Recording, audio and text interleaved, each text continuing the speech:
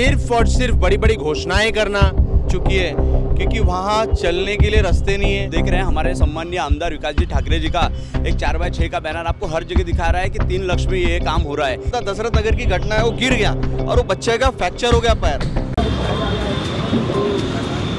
नमस्कार, मैं हूं नवीन मिश्रा और आप देखना शुरू कर चुके हैं द न्यूज़ गर्ल्स का स्पेशल प्रोग्राम मताधिकार, जिसके लिए आज हम लोग यहां पर पहुंचे हुए हैं प्रभाग क्रमांक 12, 10 और 14 के बीचों बीच, जो कि एरिया आता है गिट्टी खदान का।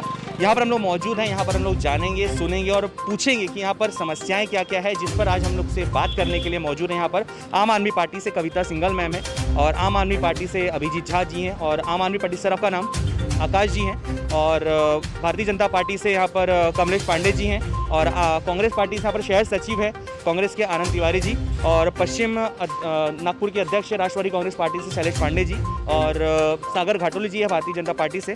हम लोग शुरुआत करते हैं यहाँ पर सबसे पहले अभिजीत झा हैं यहाँ पर, उनसे कि यहाँ पर उन्हें क्या क्या प्रमुख समस्याएँ नज़र आती हैं और उन्होंने क्या गौर किया है। सर्वप्रथम आपने इस आयोजन के लिए सभी को निमंत्रण दिया और इस यहाँ पे जितने भी पैनल के लोग मौजूद हैं उन्हें नमस्कार।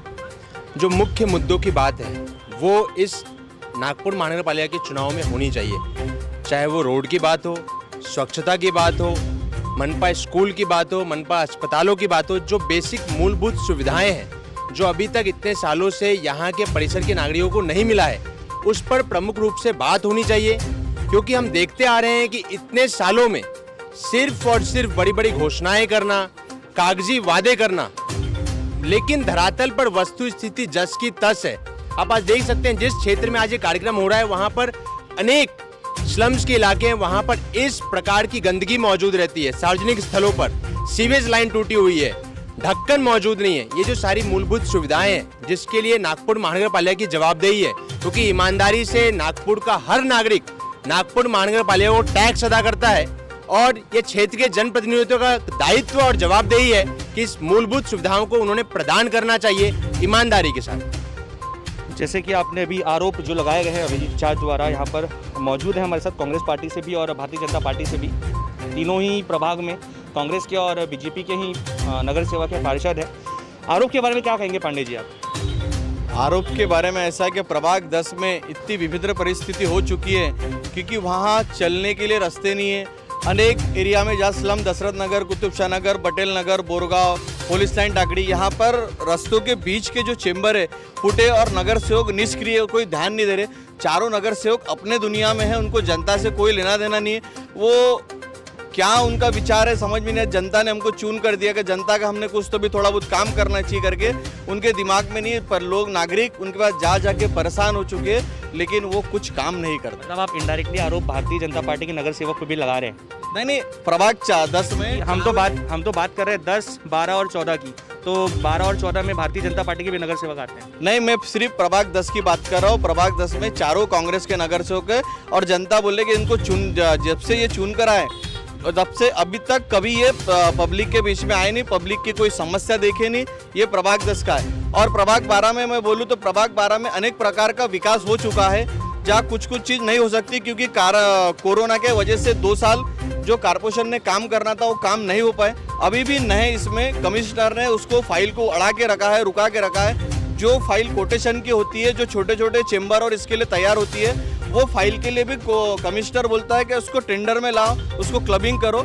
ये सारी चीज़ें लेकिन क्लबिंग हो नहीं सकती, टेंडर हो नहीं सकता। जिस प्रकार से आपने अभी सफाई दिया अपने नगर सेवकों के लिए कि कुछ काम जो नहीं हो पाने थे, इस कारण से वो काम नहीं हो पाए अभी तक के, उसी प्रकार से ठीक कांग्रेस भी हाथ अपना साफ कर सकती है, पल्ला झाड़ सकती है कि ये कारण था, कोरोना था, ये सारी चीज़ें थी, इसलिए विकास कार्य नहीं हो पाए। फिर भी हम जाएंगे उनके पास और उनसे जानेंगे कि आपका क्या कहना है। देखिए, काम तो हुआ है, ऐसा नहीं कह सकते कि काम नहीं हुआ है। अगर आप पहले की आज से, जब इसके पहले भाजपा के यहाँ पे नगर सेवक थे तब का अगर काम देखेंगे और अभी का काम, सीवर लाइन यहाँ पे आज भी बन रही है। सीवर लाइन अभी तक के नहीं थी। आप देख रहे हैं हमारे सम्मानीय आमदार विकास जी ठाकरे जी का एक 4x6 का बैनर आपको हर जगह दिखा रहा है कि 3 लक्ष्य में ये काम हो रहा है। एक गली छोड़ो तो 2 गली में। इसके पहले तो मैं पूछना चाहूँगा 10 साल आमदार किसके थे? आज 3 प्रभाग बोले तो मिनी आमदार का एक इलेक्शन आप करा सकते हो, इतना बड़ा प्रभाग होता था। आज जब वहाँ पे अपने गिट्टी खदान जैसे एरिया में सीवर लाइन नहीं था तो ये क्या तरक्की की बात करेंगे और क्या विकास की बात करेंगे। और ये बात कांग्रेस के नगर सेवक, तो पब्लिक ने इनको चुन के दी है, पब्लिक आज इनके साथ खड़ी है। आज अगर आप देखेंगे बस्ती में जाएंगे तो कांग्रेस के नाम का गाना कोई नहीं गा रहा। गाना महंगाई डायन खाए जाते हैं कि भाजपा का ही गाना आपको सुनाई देगा। कांग्रेस को बुरा बोल के मतलब वो तो बात राज्य की और केंद्र की हो गई, हम अभी यहाँ पर प्रभाग की बात कर रहे हैं। मैं एरिया की बात कर रहा ना, जितना मोदी बिजी नहीं उतने हमारे यहाँ के भाजपा के नगर सेवक बिजी है। आप प्रभाग 11 में आ जाइए हमारे, अगर आप बीजेपी के कार्यकर्ता है तो आपके घर तक के सड़क बनेंगी, अगर आप वहाँ के कार्यकर्ता नहीं है तो आपको राम राम किया जा रहा है। ये क्या तरीका है? भाजपा के आदमी के कंधे पे हाथ रखा जाता है, कांग्रेस आम आदमी पार्टी को भगाया जाता है। घाटोली जी, क्या ये बात सही है कि अगर आप कार्यकर्ता है तो आपके घर तक की पूरी सड़कों का निर्माण किया जाएगा, जो आपकी मूलभूत सुविधाएं हैं वो आपको दी जाएगी, अगर नहीं है तो ये सारी जो मूलभूत सुविधाएं उससे आपको वंचित रखा जाएगा? ये सारी गलत बातें हैं। ऐसा कहीं नहीं है कि भाजपा का कार्यकर्ता है तो उसी के यहाँ रोड बनेगा। यहाँ प्रभाग 10 में तो यहाँ रोड ही नहीं है। हमारे जो वरिष्ठ पदाधिकारी कमलेश पांडे इन्होंने सही बोला है, यहाँ पे गांव खेड़े से ही बदतर के रोड है। रोड के बीच में चेंबर जो है वो फूटे हुए हैं। आप बोलेंगे तो मैं दिखा सकता हूँ। और गिट्टी के दान बोरगांव जो रोड है, यहाँ से बोरगांव से लेके गिट्टी दान तक के नगर सेवक का घर भी आता है और उसका कार्यालय भी आता है, पर उसको जनता की समस्या, जनता के दुख नहीं दिखते कि यहाँ कितने गड्ढे हैं। यहाँ पे पानी की बहुत बड़ी समस्या हो जाती है तो नगर सेवक नहीं दिखते। लाइन चले आती है तो नगर सेवक नहीं दिखते। और 12 और 14 के बारे में क्या कहेंगे सर आप? 12 और 14 के बारे में मैं ऐसी नगर सेवक दिखते हैं यहाँ पर? हाँ, वहाँ पे ज़मीन से जुड़े हुए नगर सेवक हैं, चाहे वो किसी भी पक्ष के हो, ज़मीन से जुड़े हुए हैं, लोगों के हित के काम कर रहे हैं। और इसी प्रकार प्रभाग 12 के भी जो नगर सेवक है वो कर रहे हैं। पर प्रभाग 10 में ना यहाँ 20 साल से भाजपा का कभी नगर सेवक आया, ना इन्होंने कोई काम किए और ना इनको काम करने की शैली पता है। बस आते हैं, अपने जीत जाते हैं और उसके बाद में घर पे बैठ जाते हैं। जनता से कोई लेना देना नहीं, जनता के सुविधा के लिए कोई काम करना नहीं है। इनको क्या योजना है ये इनको कुछ लाना नहीं है। बस अपने घर में बैठना है और अगले 5 साल का इंतज़ार करना है कि हमको फिर से जनता के बीच में आना है। शैलेश पांडे जी हमारे साथ में अब मौजूद हैं, यहाँ पर वरिष्ठ नेता हैं और पश्चिम नागपुर के अध्यक्ष राष्ट्रवादी कांग्रेस पार्टी से। आपने अभी सभी को सुना, आप क्या कहना चाहेंगे, आपका क्या वक्तव्य रहेगा? देखिए, सबसे पहले तो मैं आपके इस कार्यक्रम की सराहना करूंगा कि आपने सभी पक्षों के लोगों को बुला के जनता की राय और हमारी राय जानने की कोशिश की और यह संदेश जनता के बीच में जाएगा। मेरा यह मानना है कि पिछले 20 वर्षों के लगभग यहाँ पे भारतीय जनता पार्टी के आमदार रहे हैं। पहले देवेंद्र फडणवीस साहब रहे हैं, हमारे विनोद गुरुदेव पाटिल साहब रहे हैं, हमारे सुधाकर राव देशमुख जी रहे हैं और मुझे लगता है कि 2 साल पहले हमारे विकास ठाकरे जी को यहाँ पे कांग्रेस के आमदार के रूप में मौका मिला। मैं पिछले 20-21 वर्षों से इस क्षेत्र में सामाजिक कार्य कर रहा हूँ। मैंने एक चीज़ गौर किया हूँ, जैसा बाकी सभी वक्ताओं ने बताया कि प्रभाग 10 में जो नगर सेवक है वो निष्क्रिय है और 11-12 के जो है वो बहुत एक्टिव है। तो 11-12 के अगर नगर सेवक सब एक्टिव है या प्रभाग 11 में चारों नगर सेवक एक्टिव है तो वहाँ पे समस्या क्यों है? दूसरी चीज़, अगर ये नगर सेवक एक्टिव है तो इन्होंने सदन में कभी क्या ये मुद्दा उठाया कि जो टैक्स रेट नागपुर महानगर पालिका में पहले कम था, आज उसको बढ़ा के जब दुगना तिगना चौगुना कर दिया है, तो उन्होंने इस विषय पे जनता के राय लेनी चाहिए या जनता को कुछ मदद करने की कोशिश क्यों नहीं की? आप मुझे बताइए कि पिछले 15 वर्षों से नागपुर महानगर पालिका में भारतीय जनता पार्टी की गवर्नमेंट है। मेरा यह मानना है कि प्रभाग 10 में अगर भारतीय जनता पार्टी के नगर सेवक नहीं है तो क्या कमलेश पांडे जी ने जो बताया कि भाई वहाँ पे निष्क्रिय लोग हैं, नगर सेवक है, तो क्या आप वहाँ पे एज ए सोशल वर्कर आप काम नहीं कर सकते थे? क्या आप क्यों 5 साल निष्क्रिय रहे? आप काम क्यों नहीं कर सकते थे? आपने काम क्यों नहीं किया? मैंने माननीय महापौर जी और स्टैंडिंग कमेटी के चेयरमैन इनसे कुछ फंड लाया था और उस फंड का मैंने उपयोग किया। कई जहाँ रास्ते बहुत खराब थे वहाँ रास्ते बनाया। मैंने अभी तक 30 चेंबर प्रभाग 10 में, 12 में या 14 में? प्रभाग 10 में, जहाँ अभी तक मैंने 30 चेंबर बना रिपेयर करवाया। जो रिपेयर क्योंकि एक जगह तो ऐसी घटना हो गई थी, मैं वहाँ जा रहा था, बच्चे खेल रहे थे और वो बच्चे खेल रहे थे तो वहाँ चेंबर फूटा था। दशरथ नगर की घटना है, वो गिर गया और वो बच्चे का फ्रैक्चर हो गया पैर। उस समय मेरे को अच्छा नहीं लगा तो मैंने वहाँ तुरंत अपने एक ठेकेदार को बुलवा कर उसको चेंबर उम्बर लेके आया। माननीय बाजू के नगर से भूषण जी सिंह ने इनके ऐसे चेंबर वो ढक्कन उठा के लाया और एक ठेकेदार को पकड़ के उसको लगवाया। ऐसी भी और नगर सेवक के पास वहाँ के नागरिक जाके परेशान हो गए। आखिर उसने नहीं लगाया, वो गरीब बच्चे का पैर टूट गया, उस पर भी किसी का ध्यान नहीं। वो हमने कहीं से भी व्यवस्था करके उसको चेंबर लगाकर उसको ठीक करवाया। आकाश जी मौजूद है हमारे साथ यहाँ पर। जैसे कि उन्होंने बताया कि 10 में ये समस्याएं थी और उसके लिए उन्होंने काम किया और काम को सामने रखा ताकि जो तकलीफ हो रही है जनता को वहाँ पर तकलीफ ना हो। क्या ऐसी कोई समस्या 12 और 14 में आपको नज़र आती है? 12 में बहुत समस्या है सर। सबसे पहले तो जो जनता को मूलभूत सुविधा मिलनी चाहिए, ना बीजेपी वालों ने किया ना कांग्रेस वालों ने किया। आप दाबा क्षेत्र में आइए, प्रभाग 12 के अंतर्गत आता है, ना वहाँ स्मशान घाट है, वहाँ ना पब्लिक के लिए कोई हॉस्पिटल्स है, ना वहाँ लाइब्रेरी की सुविधा है। वहाँ जनता के लिए फंड लाता है, बोलते लाइब्रेरी अगर वहाँ पे अगर गार्डन मेंटेन डेवलप कर रहे हैं तो उसको मेंटेन कुछ भी नहीं करते। ठीक है, बहुत सारे गटर के चेंबर फूटे हुए, बहुत सारे डेपुटेशन दिए, कोई भी काम करता नहीं है। 4 नगर सेवक है, सब एक दूसरे का काम करते हैं और ये बोलते हैं कि प्रभाग बहुत बड़ा है, हमारे पास काम कैसे करेंगे, वहाँ तक हमको फ़ोन करो। आप हमको फ़ोन करके बताओ कि यहाँ पे काम है। उनका काम है जनता के पास जाना। हम जनता उनके पास जा रही है, नगर सेवक को बता रहे हैं तुम तो वोटिंग के लिए हमारे पास आए थे ना। जनता के पास ये लोग आते नहीं है। बहुत सारे मुद्दे हैं, बहुत सारे चेंबर है। आज नितिन गडकरी को मेल तक के हमको डालना पड़ा, तब जाके आज एक्शन होने वाला एक मुद्दा है बहुत बड़ा, दाबा का संपत सोसाइटी का। वहाँ पे वो सोसाइटी ऑलरेडी सैंक्शन है। जहाँ सोसाइटी सैंक्शन नहीं होती है, अनडेवलप लेआउट होता है, वहाँ पे लोग रोड, डांबर, लाइट्स, गर्डर सब कर देते। क्यों? इसके पीछे बहुत बड़ा भ्रष्टाचार है। जहाँ डेवलप लेआउट है वहाँ पे क्यों नहीं कर रहे हैं लोग? वहाँ पे लाइट की सुविधा नहीं, वहाँ रोड की सुविधा नहीं है, चेंबर फूटे हुए है, लेकिन कोई ध्यान नहीं देता। बीजेपी गवर्नमेंट आज 70 साल हो चुके हैं, अभी भी लोगों को प्रॉब्लम है। इसका मतलब को 70 नहीं सर, कांग्रेस को 70 जो भी है, कांग्रेस और बीजेपी हो, उन्होंने काम किया नहीं है। अभी भी लोगों की सुविधा मिली नहीं है, लोगों को मिल नहीं रहा। कविता जी, आप क्या कहना चाहेंगी? अभी हम सुनते सुनते सभी पार्टियों से सुना, इनसे भी सुना, आप भी आम आदमी पार्टी से हैं, आपका क्या वक्तव्य रहेगा? देखिए नवीन जी, आपके इस प्रोग्राम का नाम ही है मत अधिकार। तो लेकिन सैडली बहुत दुख की बात है कि आज जो वोटर है वो दुखी हो चुका है कांग्रेस और बीजेपी के आरोप प्रत्यारोप सुन के।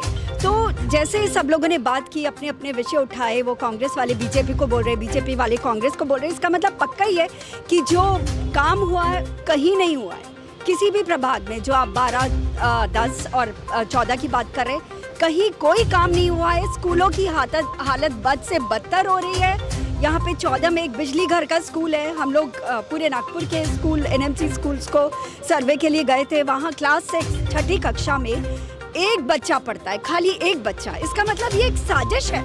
ये एक साजिश है कि जो जितने भी सरकारी स्कूल है उनको बच्चे हटाते जाओ, स्कूल में जो शिक्षा है उसका स्तर घटाते जाओ, जिससे बच्चे नाम हटाते जाएंगे, कटाते जाएंगे।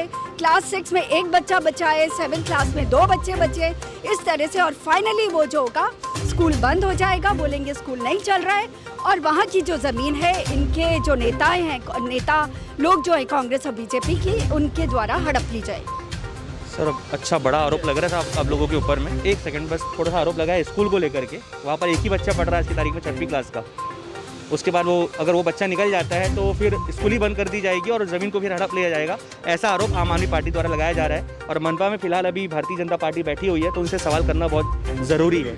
आप क्या कहना चाहेंगे? कैसा है, नागपुर महानगर पालिका में सत्ता जरूर हमारी है, लेकिन नागपुर महानगर पालिका के स्कूल में जाने के लिए किसी के माँ बाप अपने बच्चे को डालने को तैयार नहीं है, क्योंकि अब सबकी इच्छा। ये तो मनपा की ही नाकामी है ना। दिल्ली में अगर आप देखो, मैं आम आदमी पार्टी की तारीफ नहीं करूंगा, लेकिन आज दिल्ली की स्कूलें आप जाकर के देखो, वहाँ पर जो बच्चे हैं वो सरकारी स्कूल में जाके ही पढ़ रहे हैं और जो फैसिलिटीज़ है वो प्राइवेट स्कूल की मिल रही उन्हें वहाँ पर। नहीं, उसका पूरा प्रयत्न नागपुर महानगर पालिका और माननीय महापौर जी इसके लिए लगे हुए हैं। आने वाले कुछ साल के अंदर में नागपुर महानगर पालिका की जितनी स्कूल है वो अच्छी डेवलप और सुंदर अच्छी स्कूल होने का। 15 साल में क्यों नहीं हुआ सर? 15 साल में, क्योंकि इसके आने वाले 5 साल पहले उस स्कूल में बच्चे जाने को तैयार थे, लेकिन ये 5 साल के अंदर में बच्चे वहाँ पर स्कूल में नहीं जा रहे, क्योंकि सबके दिमाग में का मेरा बच्चा अच्छे स्कूल में जाए, कोई भवन में पढ़े, कोई CBSE कोई पैटर्न में पढ़े, कोई। तो इस कारण से कारपोरेशन के अगर सरकारी स्कूल में उन्हें मूलभूत सुविधाएं दे दी जाती तो शायद किसी के पास इतना पैसा एक्स्ट्रा नहीं है। अगर वो करोड़पति भी होगा तो इतना एक्स्ट्रा का पैसा नहीं है कि वो लाख रुपए स्कूल में दे और अपने बच्चे को पढ़ाई करवाए। पर शैलेश पांडे जी कुछ कहना चाहते हैं? कहिए। ये बोलना चाहूँगा कमलेश भाई के बात पे है कि अभी कमलेश भाई हमारे जो है निश्चित स्वरूप में आने वाले समय में उनके बच्चे को वो कारपोरेशन स्कूल में दाखिला दिलाएंगे और कारपोरेशन में ही पढ़ाएंगे। मुझे ऐसा लगता है, क्योंकि कारपोरेशन के स्कूलों का स्तर काफ़ी निचला है और सही मायनों में वहाँ पे पढ़ाई नहीं हो रही है, तभी जाके लोग वहाँ पढ़ाना नहीं चाहते। दूसरी चीज़, चाहे कांग्रेस रहे, चाहे बीजेपी रहे, चाहे आम आदमी पार्टी रहे, मुझे एक बात पूछनी है सभी लोगों से कि हम लोग विषय ले रहे हैं गटर लाइन का, सड़क का और बाकी चीज़ों का। या स्कूलों का। मेरा ये मानना है कि ये चीज़ें तो नगर सेवक करेगा, या नगर सेवक नहीं करेगा तो आमदार करेगा, आमदार नहीं करेगा तो खासदार करेगा। आपने मुझे ये बताना चाहिए कि इस क्षेत्र के अंदर अगर किसी के ऊपर कोई विपत्ति आती है, कोई दुख आता है, तो क्या यहाँ के आमदार ने या क्या यहाँ के किसी नगर सेवक ने उस प्रकार की कोई व्यवस्था का अरेंजमेंट किया हुआ है कि अगर किसी को शमशान घाट जाना है तो कोई शव वाहिका की व्यवस्था है, या किसी एम्बुलेंस की व्यवस्था है, या किसी फ्रीजर की व्यवस्था है? मैं यहाँ दावे के साथ आपको बताना चाहूँगा कि किसी भी पार्टी ने ऐसा किसी भी प्रकार का कोई उपक्रम नहीं शुरू किया है। वह काम सिर्फ राष्ट्रवादी कांग्रेस पार्टी ने शुरू किया है और पिछले 10 वर्षों से प्रामाणिक रूप में वो इस क्षेत्र के जनता की सेवा कर रही है। निश्चित स्वरूप में आने वाले समय में जनता के मन में ये चीज़ें समाविष्ट होंगी, जनता को समझ में आएगा कि राष्ट्रवादी कांग्रेस पार्टी किस तरीके से काम कर रही है। दूसरी चीज़ मैं बताना चाहूँगा कि टैक्स में बढ़ोतरी हुई, ये सभी पार्टियों की जिम्मेदारी है कि टैक्स के रेट कम होने चाहिए। पानी के बिल अनाप शनाप आ रहे हैं, ये सभी पार्टियों की जिम्मेदारी है कि पानी के बिल कम होने चाहिए। रही बात जो लोगों को मूलभूत सुविधा, मेरा ये मानना है कि लोगों को जो मूलभूत सुविधा देने का काम है, वह मूलभूत सुविधा देने में चाहे कांग्रेस पार्टी के नगर सेवक हो, चाहे भारतीय जनता पार्टी के नगर सेवक हो, वो निश्चित रूप से कहीं ना कहीं वो कमी उनमें आई है, उनमें कमतरता रही है कि वो लोगों को पर्याप्त मात्रा में सुविधा उपलब्ध नहीं करा पाए। और मैं आपके इस कार्यक्रम के माध्यम से जनता से अनुरोध करना चाहूँगा कि आने वाले समय में जब भी नागपुर महानगर पालिका का इलेक्शन हो तो जनता की भी कुछ गलती है। मैं इस कार्यक्रम के माध्यम से आपको जनता को भी बताना चाहूँगा कि जनता की भी गलती है। आपके पास बड़ा नेता आता है, प्रलोभन देता है, बताता है कि मैंने ये बनाया, मैंने पुल बनाया, मैंने ऐसा बनाया, मैंने हॉस्पिटल बनाया। मेरा ये बोलना है कि अगर किसी ने हॉस्पिटल बनाया है तो उसने इस क्षेत्र में बनाया क्या, मुझे उसकी बात का उत्तर चाहिए। इस क्षेत्र में आपको पुल बनाने की जरूरत नहीं है। इस क्षेत्र में तो आप एक कॉमन आदमी को रोड बना के दे दो, गटर लाइन बना के दे दो, उसकी मूलभूत सुविधा आपने पूरी करी क्या। तो किसी बड़े नेता के भाषण पे या बड़े नेता के बहकावे पे या कुछ लोगों को दारू मिल जाती है, कुछ लोगों को मटन मिल जाती है, ये चीज़ों पे ना जाते हुए एक यंग जनरेशन को, यंग टीम को इस बार नागपुर महानगर पालिका 2022 में नागपुर के जनता ने सहयोग करके यंग टीम को चुन के लाना चाहिए। क्योंकि मेरा एक मानना है 50-60 साल के आदमी को जब आप नगर सेवक का चुन के लाएंगे तो निश्चित रूप से वो आधी उसकी आयु ढल चुकी होती है, उसके शरीर में ताकत नहीं रहती है, उसके मन में ताकत नहीं रहती है, नया जोश नहीं रहता है और वो अपना फ्यूचर सिक्योर करने में लग जाता है। यानी आपकी बात में समझ गया कि वो फ्यूचर सिक्योर करने यानी अपने कमीशन के चक्कर में पड़ता है। निश्चित रूप से नागपुर शहर की जनता ने, चाहे वो मैं बोलना चाहूँगा वो आम आदमी का पार्टी का व्यक्ति हो, चाहे वो भारतीय जनता पार्टी का व्यक्ति हो, चाहे वो कांग्रेस का हो, चाहे राष्ट्रवादी का हो, वो व्यक्ति अगर वार्ड में अपने परिसर में जनता के लिए काम कर रहा है तो जनता का भी कर्तव्य है उस व्यक्ति को चुन के देने का, ना कि किसी ऐसे व्यक्ति को चुन के देने का कि जो टिकट के नाम पे, बड़े नेताओं के नाम पे चुन के आता है। इसमें कहीं ना कहीं जनता ने भी सचेत होना है। और आपके इस कार्यक्रम के माध्यम से मैं जनता से भी अनुरोध करूंगा कि आप व्यक्ति को चुने, हर बार निशान इस बार इंसान, चाहे वो किसी भी पार्टी का रहे, कोई भी व्यक्तित्व रहे, कोई भी समाज का रहे, ऐसे व्यक्ति को चुनने का काम यहाँ के नागपुर शहर की जनता ने करना चाहिए। मेरा सवाल आम आदमी पार्टी से फिर से रहेगा कि जैसे इस बार आप लोग तैयारी कर रहे हैं अपने महानगर पालिका में चुनाव की, अगर आप लोग चुनाव में जा रहे हैं तो कुछ मैनिफेस्टो आप लोगों ने तैयार किया होगा कि अगर आपकी पार्टी के लोग नगर सेवक यहाँ पर चुन करके आते हैं, मनपा में अगर आम आदमी पार्टी बैठती है तो आप लोग क्या वहाँ पर लोगों को मूलभूत सुविधाएं नागपुर की जनता को देने वाले हैं। और जैसे कि कहा शैलेश भैया ने कि अगर कमलेश पांडे जी अपने बच्चे को सरकारी स्कूल में पढ़ाते हैं तो क्या स्कूल का जब निर्माण आप लोग के द्वारा कर लिया जाएगा तो क्या आप लोग के बच्चे को आप लोग आने वाले टाइम में क्या सरकारी स्कूलों में पढ़ाओगे? जिस विषयों पे अभी आपने बहुत ही अच्छे तरीके से चर्चा किया, मैं हमारे जितने भी यहाँ पे पैनल में लोग मौजूद हैं उनके ही वक्तव्यों को अगर कोट करूँ, जैसा शैलेश भैया ने कहा, कमलेश भाई ने कहा, इन्होंने खुद कहा कि मनपा के स्कूलों की दयनीय अवस्था के कारण, जर्जर अवस्था के कारण शिक्षा की स्थिति इतनी बदतर हो गई है कि आम आदमी के बच्चे वहाँ अपने बच्चों को डालना नहीं चाहते, वहाँ पे सुविधाएं प्राप्त नहीं है। तो अगर 15 साल में शिक्षा का स्तर गिरा है, जर्जर अवस्था में मनपा स्कूल मौजूद है, जैसा कि कमलेश पांडे जी ने भी एक्सेप्ट किया, तो 15 साल की सत्ता में आपने क्या किया? 15 साल नागपुर महानगर पालिका में भाजपा की सत्ता थी, अगर शिक्षा का स्तर गिरा है, स्कूल की ऐसी स्ट्रक्चरल ऑडिट आप थी नहीं बोल सकते, अभी भी है। मैं तो वही बोल रहा हूँ, जाने वाली है। मैं इसलिए बोल रहा हूँ जाने वाली है क्योंकि खुद पार्टी के पदाधिकारी अगर एक्सेप्ट कर रहे हैं कि नागपुर महानगर पालिका की स्कूल की अवस्था दयनीय है, मतलब कहीं ना कहीं खामियां थी। और जिस प्रकार से आरोप प्रत्यारोप का दौर चल रहा है कि प्रभाग 10 में कांग्रेस के नगर सेवकों ने काम नहीं किया, इसका कहने का तात्पर्य यह हुआ कि सही मापदंड में किसी भी प्रभाग में मूलभूत सुविधाएं के नाम पर विकास नहीं हुआ है। ये खड़े शब्दों में कहा जा सकता है। अभी भी लोग दर दर भटक रहे हैं। इस चीज़ की क्या गारंटी है अगर आम आदमी पार्टी का नगर सेवक आएगा तो वो काम करेगा जैसे कांग्रेस और भाजपा के लोग नहीं कर रहे हैं वैसे वो करेगा, क्या गारंटी है? इसी बात को मैं आपको कहना चाहता हूं, जैसे कि आपने भी कहा, आपने दिल्ली के स्कूल मॉडल का एग्जाम्पल दिया। एक एग्जाम्पल दिया, लेकिन आप लोग नागपुर महानगर पालिका चुनाव में दिल्ली मॉडल सामने नहीं रख सकते। आप लोग को तो जो करना है वो नागपुर में करना है। दिल्ली एक केंद्र शासित राज्य है, यहाँ पर हम सिर्फ महानगर पालिका की बात करें। जिस प्रकार गवर्नेंस का मॉडल को स्वरूप देके जो व्यक्ति एक पर्सनालिटी जिसने डिलीवर किया है अरविंद केजरीवाल जी ने, जो दिल्ली का गवर्नेंस शिक्षा की बात हो, पानी की बात हो, बिजली की बात हो, door to door services provided करने की बात हो, आज नागपुर महानगर पालिका में प्राइवेट कंपनी OCW द्वारा मनमानी लूट की जा रही है।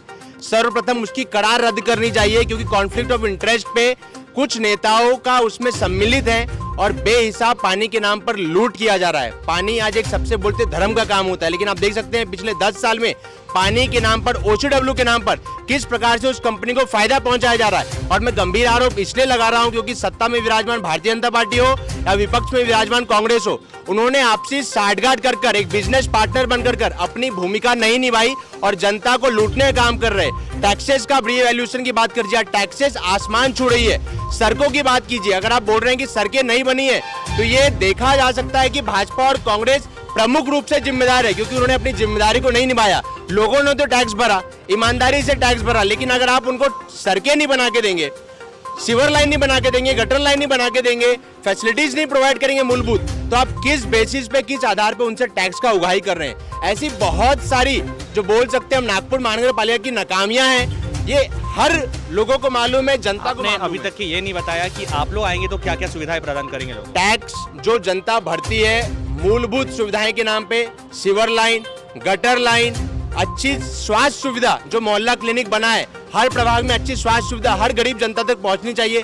अच्छे शिक्षा का स्तर नागपुर महानगर आपको जानकारी है, पता नहीं है शायद, लेकिन जो नागपुर शहर के महापौर अभी फिलहाल दयाशंकर तिवारी जी, उन्होंने 75 मोहल्ला क्लिनिक का निर्माण करवाया है। किया था 15 अगस्त को उसकी उद्घाटन होने वाली थी, आपकी जानकारी के लिए बता देता हूँ। आज 2 महीने हो गए, अभी तक उसकी शुरुआत नहीं हुई, सिर्फ और सिर्फ घोषणाएं। 15 अगस्त को तब होने वाला था जब कोरोना काल नहीं आया था, लेकिन कोरोना काल से नागपुर की जनता, नागपुर महानगर पालिका 3 महीने प्रभावित हुई है, इसलिए काम आगे पीछे हुआ है, इसलिए वो काम अभी तक के नहीं हो पाया। इसकी जानकारी मुझे है। आपको जानकारी होंगी। इसका मूलभूत कारण यह है कि अभी भी 75 स्वयंसेवी संस्थाएं अभी भी इच्छुक नहीं है। यह मूल कारण है जिसके कारण 75 हेल्थ पोस्ट चालू नहीं हुए। और दूसरी बात, जो हेल्थ पोस्ट आप चालू करने की बात कर रहे हैं, मुझे एक बात बताइए, हर चीज का प्राइवेटाइजेशन करना क्या इंपॉर्टेंट है क्या? इसी प्रकार का आपने निर्णय लिया था कि गार्डन का प्राइवेटाइजेशन करना है। मुझे एक बात बताइए, आपने सफाई में प्राइवेटाइजेशन कर दिया, क्या नागपुर महानगर पालिका के जो कर्मचारी अधिकारी हैं, क्या उन पर आपको भरोसा नहीं है क्या? हर चीज में सिर्फ और सिर्फ प्राइवेट कंपनीज या फर्म्स या ऑर्गेनाइजेशन को फायदा पहुंचाने का ये नीति कहां तक सही है? ये बहुत गंभीर आरोप नागपुर महानगर पालिका के ऊपर इसलिए लगता है क्योंकि परिपूर्ण रूप से नागपुर महानगर पालिका भ्रष्टाचार में लिप्त है। इसलिए पूरा का पूरा महानगर पालिका का जो एक बजट का एलोकेशन बोल सकते वो नेगेटिव बोल सकते हम, उस पर चल रहा है। और ये जिम्मेदारी भारतीय जनता पार्टी और कांग्रेस की है क्योंकि सत्ता में विराजमान भले ही भारतीय जनता पार्टी है, लेकिन मैं ये गंभीर आरोप लगाना चाहता हूँ, अगर विपक्ष की भूमिका ईमानदारी से कांग्रेस ने निभाई रहती तो इस प्रकार की दयनीय अवस्था नागपुर के आधी से भी कम सीट है सर कांग्रेस की, कहाँ विपक्ष में गिन रहे हैं आप उनको? अभी उठाना पड़ेगा। यहाँ पर हमारे साथ खागर खाटोली जी, आप कुछ कहना चाह रहे थे, आप सुन रहे हैं, काफ़ी सारे आरोप लगाए हैं। भारतीय जनता पार्टी यहाँ पर 15 साल से बैठी हुई है, लेकिन जो काम करना चाहिए था वो काम अभी तक के नहीं हो पाए हैं। इन्होंने जो आम आदमी पार्टी ने जो शिक्षा के क्षेत्र में जो विषय उठाए हुए हैं, हम पे जो गंभीर आरोप लगाए हुए हैं, मैं इनको बताना चाहता हूँ क्या हर विधानसभा क्षेत्र में एक इंग्लिश स्कूल लाना चालू है। इसी के माध्यम से 1 की कब 2 हो जाएंगी, 2 की 4, 4 की 8, 8 की 16 कब होगी सर? 15 साल से क्यों नहीं हुआ? 15 साल से चुनावी मौसम देख के उद्घाटन क्यों हो रहा है? बात 15 साल की नहीं है। एक इनिशिएटिव लेना पड़ता है, एक इनिशिएटिव लेना पड़ता है। उसमें हमारे महापौर दयाशंकर जी तिवारी, इन्होंने इनिशिएटिव लिया है, जो कल नहीं हो पाया वो आज किया है, और आज का 10 गुना बेहतर हम आगे करके दिखाएंगे। तो यही मेरे को अपनी बात रखना था। शिक्षा का क्षेत्र जो कहीं तो भी बिगड़ा हुआ है, इसको हम पूर्ण रूप से सुधारने की प्रयत्न करेंगे। सर पार्टी के ही लोग मान रहे हैं कि सर थोड़ा सा बिगड़ा हुआ है सर काम अभी, क्या कहेंगे आप? काम कहीं बिगड़ा नहीं, काम सुरित में चल रहा है। कैसा है, एक बच्चा जब जन्म आता है वो कोई 9 दिन में, वो 9 महीने में चलने नहीं लगता, उसको समय लगता है। सारी चीज़ धीरे धीरे डेवलप होती है। डेवलप होने के बाद वो अपनी उम्र में 25 और 30 में आता है तो उसको दुनिया समझती है। वैसा ही नागपुर महानगर पालिका का जो कांग्रेस ने सड़ा के रखी थी, वो पाप को भरते भरते आज 15 साल हो गए हैं। और वो 15 साल के बाद हम कहीं तो भी एक डेवलपमेंट के लिए शहर का एक अच्छा वातावरण तैयार करें। कहीं जहाँ मोहल्ला क्लिनिक नहीं थी, आज मैक्सिमम जगह मोहल्ला क्लिनिक तैयार हो गई। गोडेवाड़ा में तैयार हो गई है, धाबा में तैयार हो चुकी है, केटी नगर में तैयार हो चुकी है। ये यहाँ कुछ एक 8 दिन में गिट्टी के दान में चालू हो रही, ऐसा झिंगाबाई टाकड़ी, ऐसे अनेक जगह मोहल्ला क्लिनिक ये चालू हो रहे हैं। इसका ताकत से काम चालू है। आने वाले कुछ एक महीने भरे के अंदर में सारे मोहल्ला क्लिनिक चालू हो जाएंगे। और इन्हें एक जो मुद्दा उठा है क्या, वाटर वर्क्स का, ये पानी का जो टैंकर का चल रहा है, टैंकर का विषय ऐसा है कि टैंकर ये नॉन नेटवर्क में चलता है। नॉन नेटवर्क में जो एरिया नया बता, अभी धावा में जो धाबा टेकड़ीवाड़ी जो नया एरिया बट रहा है, वहाँ पर टैंकर लगते हैं जहाँ लोगों के एक एक दो घर, ऐसा बहुत बड़ा क्षेत्र है, वहाँ 1 घर 2 घर 3 घर, वहाँ पानी, क्योंकि वहाँ इतने जल्दी पानी की लाइन नहीं डले। फिर भी नागपुर महानगर पालिका ने, जहाँ पर नागपुर महानगर पालिका 15 साल पहले 8 टंकियाँ थी, आज नागपुर महानगर पालिका की तरफ से 58 टंकियाँ नागपुर शहर में निर्माण हो चुकी है। अभी 20 टंकियों का काम फिर से चल रहा है। और जो पानी का टैंकर है ये नॉन नेटवर्क में पानी, पहले 500 टैंकर चलते थे, आज नागपुर महानगर पालिका में 188 टैंकर चालू है। सिर्फ पहले 550 टैंकर नागपुर में चलते थे, अभी 188 टैंकर नागपुर महानगर पालिका में चल रहे, वो भी नॉन नेटवर्क एरिया में। नेटवर्क एरिया में नहीं, क्योंकि अमृत योजना के अंतर्गत में सभी एरिया में वाटर वर्क्स की लाइन डल चुकी है नागपुर शहर के अंदर में। एक नंबर आपने सुना, मुझे लगता है कि कमलेश भाई को थोड़ा अनुभव की कमी है और थोड़ा सा सामाजिक या राजनीतिक ज्ञान थोड़ा कम है। मैं उनको बता दूं कि मेरा टैंकर चलता है और वो नेटवर्क एरिया जो है उसी में चलता है, OCW के माध्यम से। OCW का जो करार हुआ है, चलता ना भैया, जिस घर में कार्यक्रम पूछ रहा उसके पैसे 24, टैंकर बुलाते। आप सुनिए ना, नहीं नहीं ऐसा नहीं है। पानी पीने के लिए मेरा टैंकर चल रहा है। मुझे मालूम है कि आज नागपुर शहर में OCW को जिस प्रकार से कार्य दिया गया था, OCW से जिस प्रकार का करार हुआ था, उस समय नागपुर महानगर पालिका 700 कुछ करोड़ रुपए घाटे में थी। आज वो जो घाटा है वो करीब 4 से 5 करोड़ रुपए, 4 से 5 हज़ार करोड़ रुपए तक पहुंच गया है। और मेरा ये मानना है कि OCW का करार निश्चित रूप से रद्द करना चाहिए, क्योंकि नागपुर महानगर पालिका का अगर सत्यानाश पानी का वाटर वर्क का किया हुआ है तो वो OCW ने किया हुआ है। और OCW के अंदर आज भी जो अधिकारी काम कर रहे हैं वो नागपुर महानगर पालिका में जो कार्यरत अधिकारी थे, जो अभियंता थे, वही लोगों को काम पे लगाया हुआ है। उनके पास कोई एक सवाल मेरा आपसे ये है, जैसा आपने बताया कि 4 से 5 हज़ार करोड़ के नुकसान में आज की तारीख में नागपुर महानगर पालिका चल रही है, तो उसका जो आम बजट होता है, इस बार का जो आम बजट आया है वो 2700 करोड़ रुपए का था। तो ये जब नुकसान 4 से 5 हज़ार करोड़ का है, तो ये 2700 करोड़ रुपए का आम बजट ये कैसे पॉसिबल है? सर आपको बता दूं, नागपुर महानगर पालिका का जो बजट और उनका खर्चा, इसका तालमेल आज तक नहीं रहा 15 वर्षों से।